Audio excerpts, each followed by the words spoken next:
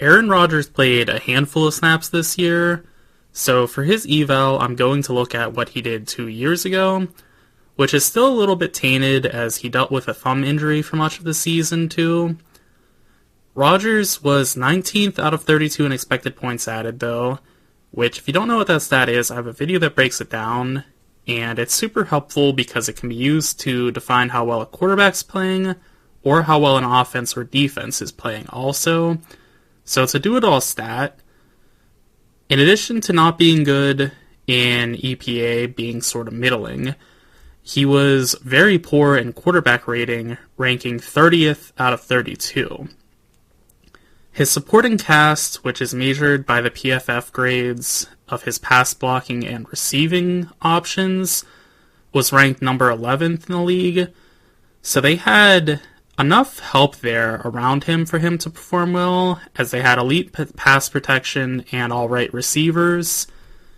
In all, he ranked as my 17th ranked quarterback out of 32, so just a hair below average. That's a bit worrisome, because obviously the quarterback's the most important position in football, and that's Rodgers before he's aged some more, and before he had an Achilles injury that will set him back a little bit further, more than likely. So there's the prospect that he's going to be a below-average quarterback again this year. He does have a lot more support around him, though, than he has had in years past, but fundamentally, what is he going to do? He might not be great. Somebody who's really good at their role, though, is their backup quarterback, as they went from possibly the worst in Zach Wilson to one of the best in Tyrod Taylor. Taylor is a viable starter, so he's an elite backup.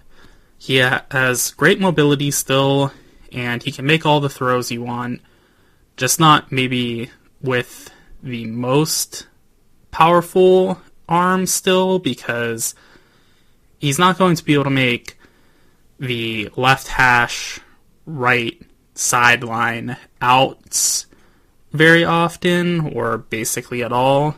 But basically aside from that, he's going to be able to make every throw.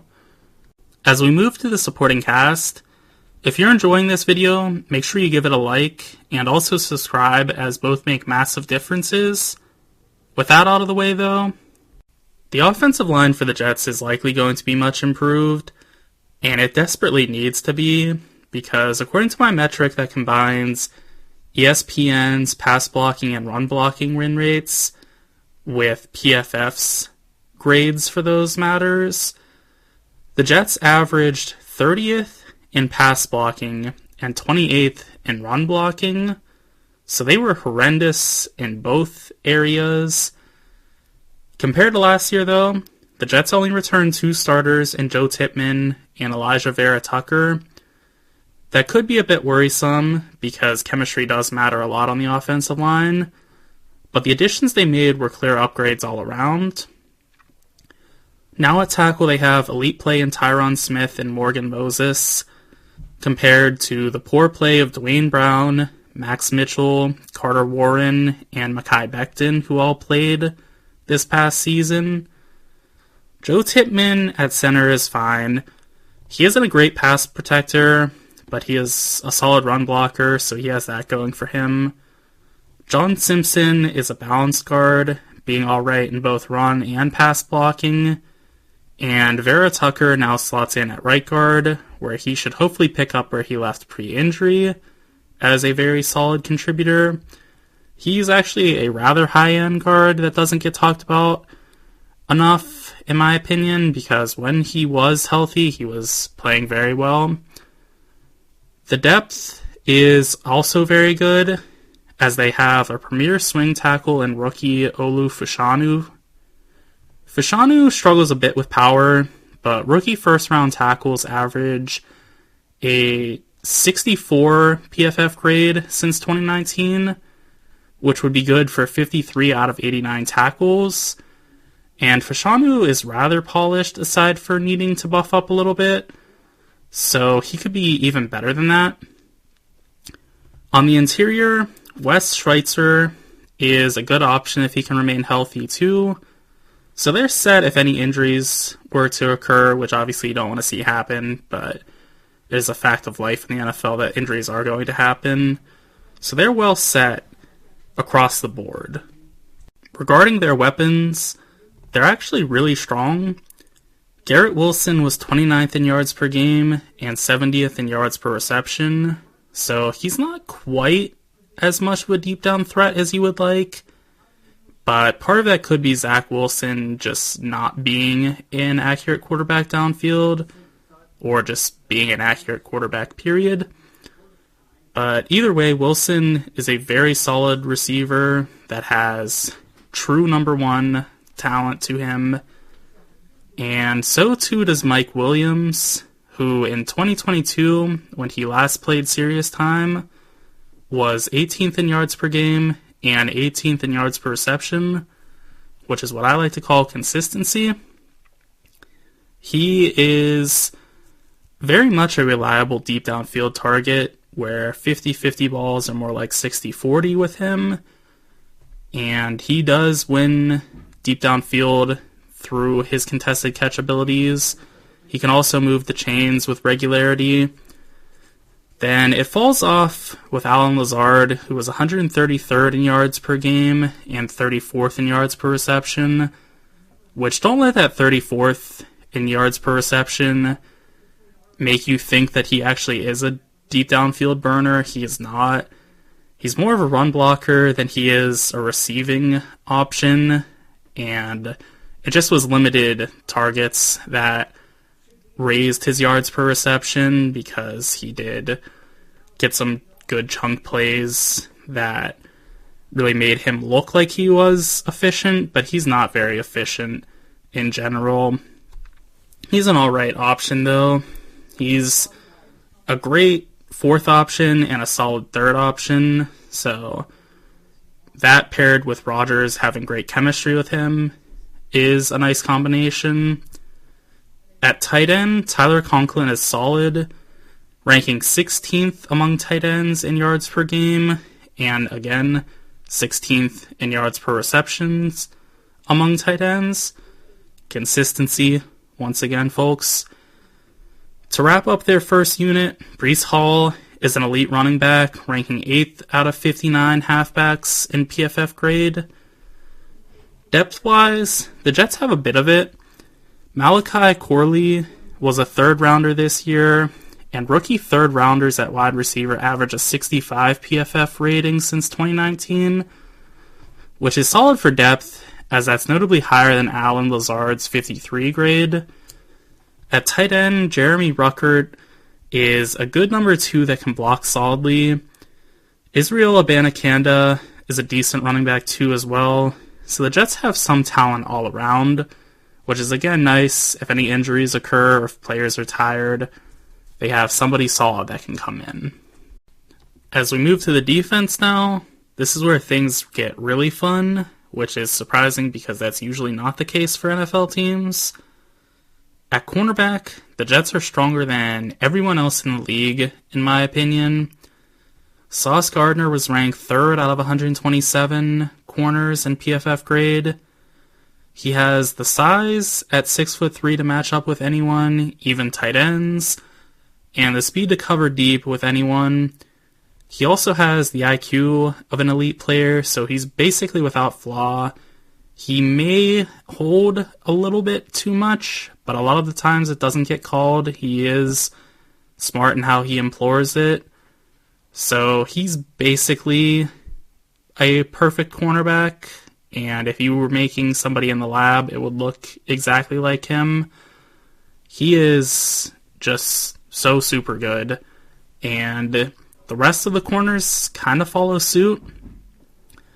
DJ Reed was graded 16th overall by PFF. At 5'9", he's undersized, but he's really good against the run and great in coverage, and he's been elite for years now, so there's no question on if he's actually a good player or not. He is solidified as one of the best corners in this league. If it wasn't clear, too, with Sauce, I think Sauce is the best corner in the NFL, so they have arguably the best corner in the NFL then definitely one of the best number 2 corners in the NFL in DJ Reed.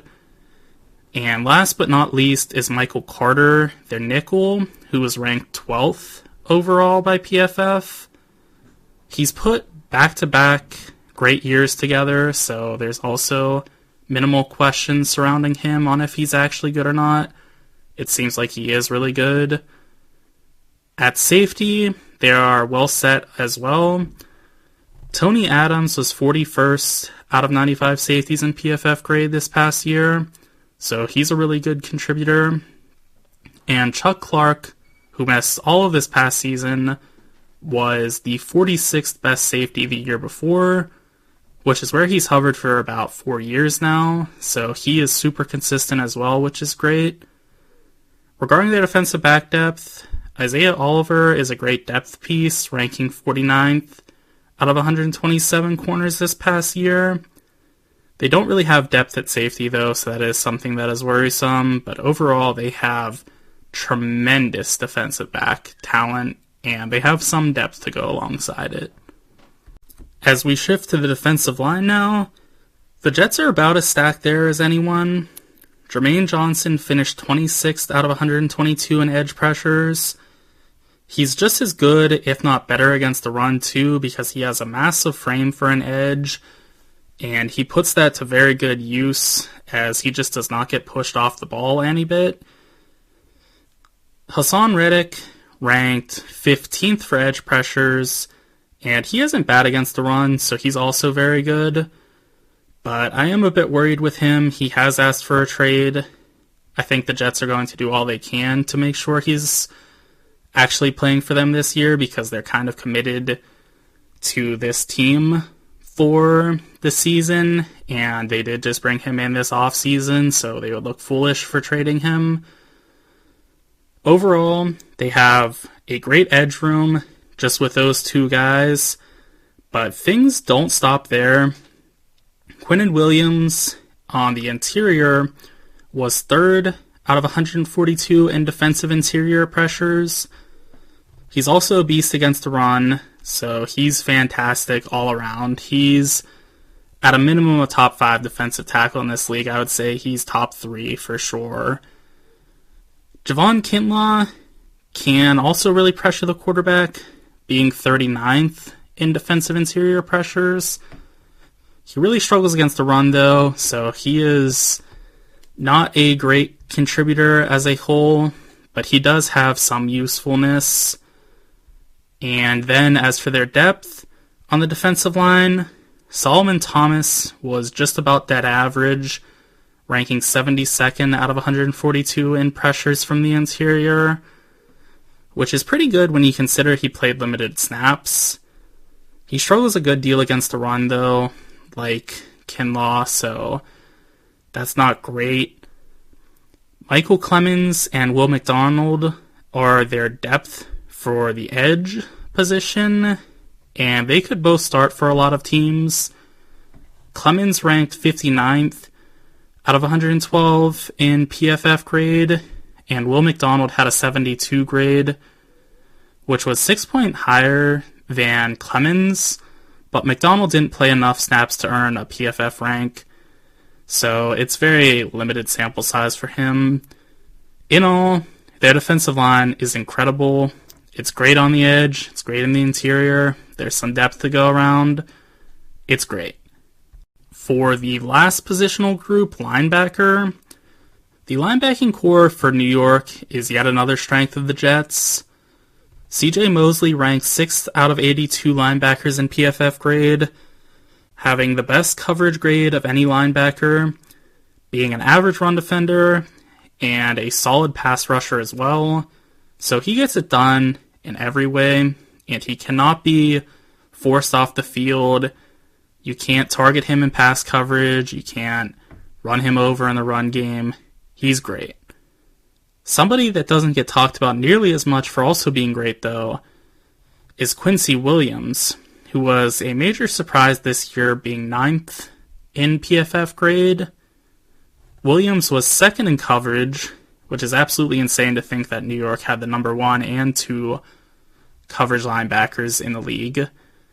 Williams is above average against the run when kept clean by the defensive line. He's a little bit light, so he can get pushed around a little bit. But the line generally does a good job of keeping him clean, so that doesn't really matter. And he's also a fine pass rusher. So he is a great player as well. It'll be interesting to see if he can continue playing at this high of a level, but if nothing else, he should be a good player. The depth at linebacker for the Jets is really solid as well, as Jamian Sherwood is a great run defender. So they have options for 3 linebacker sets, which you're not going to use a ton of, but when you need to defend the run, that's something that you can implore. And again, if somebody needs a break or somebody gets injured, you have that option as well. In all, the Jets are an extremely talented team with basically no holes.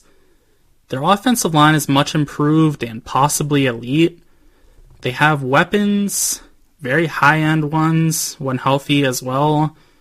And their defense might be the best in the entire league, as they're elite at every positional group with no clear weak link. Overall, they're a top 5 roster in the whole league, but like everyone else, it'll ultimately come down to their quarterback play. If Rodgers is just average, the Jets stand a chance to compete with anybody, but going deep in the playoffs would be doubtful. If Rodgers returns to an elite top 5 or so form, the Jets very well could be the team to beat in the NFL. And I don't say that lightly because I do think the Chiefs are a fantastic team in the AFC as well. So are the Bills in the AFC East. But this Jets team is for real. Those are my thoughts. Be sure to let me know what yours are in the comment section, and also be sure to like and subscribe for more content.